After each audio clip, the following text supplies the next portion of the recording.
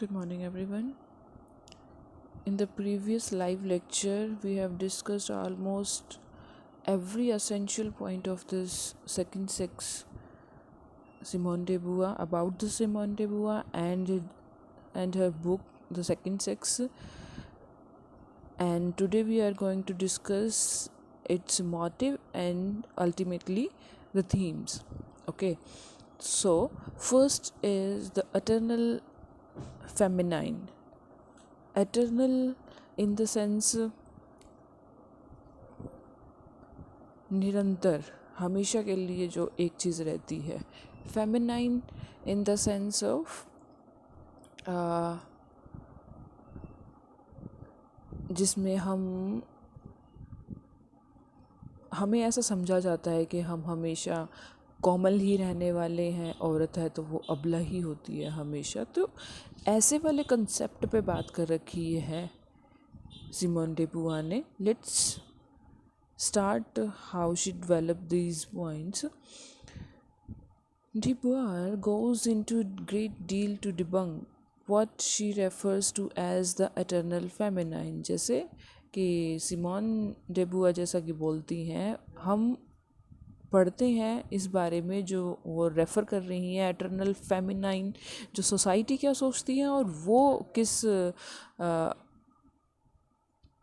And point तक पहुंची है इसे समझाने के लिए सोसाइटी को. ओके, और दैट वैग एंड बेसिक एसेंस फेमिनिटी, और वो फेमिनिटी है क्या जिसको हम फेमिनिज्म नारीवाद समझते हैं और उससे जुड़ी हुई हम फेमिनिन क्वालिटीज़ डेवलप कर लेते हैं कि सोसाइटी में औरतें ऐसी ही होती हैं. तो वो फेमिनिटी बेसिकली अनिश्चित है, वैग है, लेकिन उसकी बेसिक सेंस फेमिनिटी की क्या होती है वो हमें समझाई है सिमोन डे ब्यूवर ने. ठीक है, दिस मिथ, जो मिथ क्रिएट कर रखा है एक सोसाइटी ने कि इस तरीके की होती है औरतें और ये उनके काम होते हैं. वो डिसाइड कौन करता है? सोसाइटी डिसाइड करती है.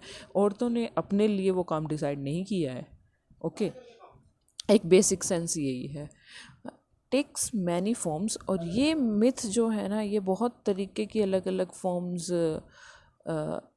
क्रिएट करता गया है टाइम टू टाइम. ओके, जैसे समय बदलता है इसकी फॉर्म्स चेंज हो जाती है. Okay,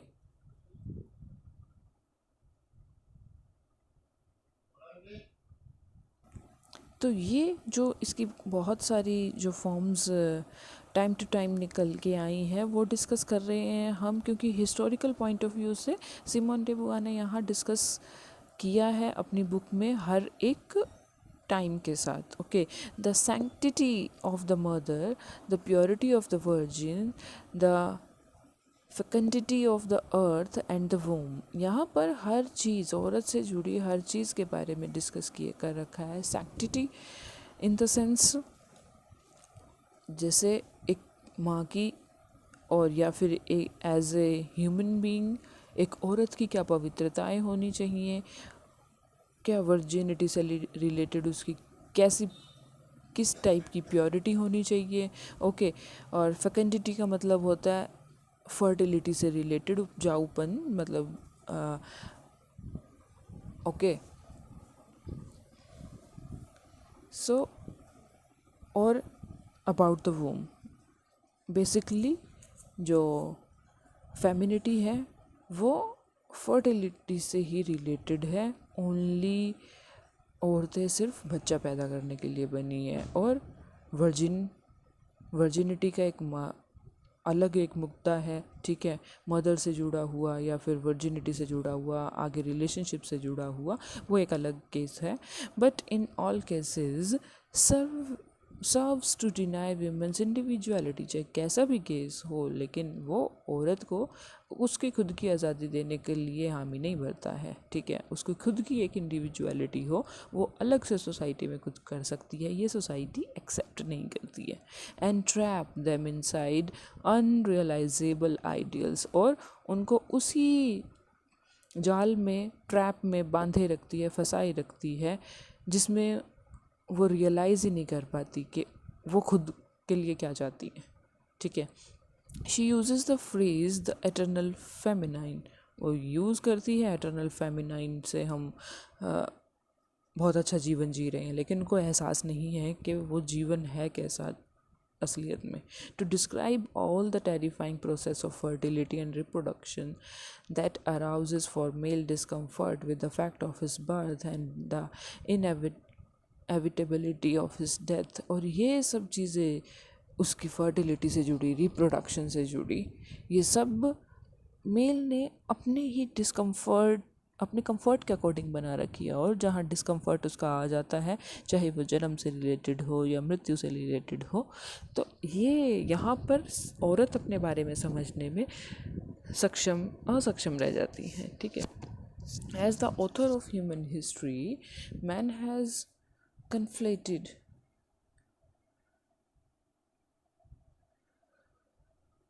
women with her womb. और यहाँ पर अगर बात करें तो ह्यूमन हिस्ट्री के अकॉर्डिंग आदमी ने, है ना, कन्फ्लेटेड, समकालीन नहीं पर समझा है औरतों को, सिर्फ उनको एक मटेरियलिस्टिक वे में यूज़ कर रखा है सोसाइटी को आगे रिप्रोडक्टिव बनाने के लिए. ठीक है. He has lumped all those mysterious processes of life and reminders of death which both confuse and frighten him under a single dismissive myth. अब यहाँ पर वो जो आदमी है वो अपने ही अंदर एक गांठ बनाए रखते हैं. मिस्टीरियस प्रोसेस है लाइफ और डेथ के बीच में, लेकिन बनाया क्या गया है, हम लोगों को शुरू से ऐसा बनाया जाता है कि बिना माँ बने जीवन इनकम्प्लीट ही माना जाएगा आपका. ठीक है. ऐसा धारणा हमारे अंदर बचपन से डाल दी जाती है. ठीक है. और आगे जाके वो हम लोगों को भी कन्फ्यूजन ही क्रिएट करती है. क्यों? क्योंकि हम बंधे हुए हैं उस धारणा से, इस तरीके की हमारी अपब्रिंगिंग होती है, और आगे अपने लिए कुछ कर नहीं सकते. अगर नहीं बनना चाहते, मेडिकली भी अगर आपको अनफिट बना दिया जाए कि नहीं बन सकती हो आप, लेकिन फिर भी औरत पूरी कोशिश करती है बनने की. ठीक है. क्योंकि उसे सोसाइटी में जगह चाहिए और वो कभी भी नहीं मिलती, चाहे वो बन भी जाए. ओके. ये समझना ज़रूरी है. De Beauvoir points out that just as there is no such things as the eternal masculine. जैसे कि डिबुआर ने यहाँ पर क्लियर कर रखी है बात, अगर एटर्नल मैस्कुलिन जैसी नाम की कोई चीज़ नहीं होती है, ऐसी नाम की कोई टर्म नहीं होती है, तो एटर्नल फेमिनिन जैसी क्यों टर्म हम इजाज़ करते हैं. ठीक है. और टू पुट इट डिफरेंटली, अगर इसे हम अलग तरीके से सोचें तो there is no essence only experience. और ये एक तरीके का एक्सपीरियंस है, ये कोई एसेंस नहीं है इस नाम का कि एटर्नल फेमिनाइन जैसी कोई टर्म होती है और इसे फेमिनिटी, पूरी फेमिनिटी इंजॉय करती है. नहीं, ऐसा कुछ नहीं होता है. All begins, डिबुआर insists, have the right to define their own existence. यहाँ पर सिर्फ डिबुआर सिर्फ इस बात पर बोल रही है कि अपने एग्जिस्टेंस को साबित करो, उसको सही जस्टिफाई करो. आपने जन्म लिया है तो किसी काम को करके दिखाओ, rather than labor under some vague notion of femininity. बजाय इसके कि बस फेमिनिटी के नाम पर अनिश्चित कुछ भी काम करे जा रहे हो. आप आए हो, जीवन जी के चले गए, कुछ किया ही नहीं. ये नहीं है. नेक्स्ट है, एक तो एटर्नल फेमिनाइन पे बात हो चुकी है कि सिमोन डी बोआ सिर्फ इस मोटिव को लेके चली है बुक में.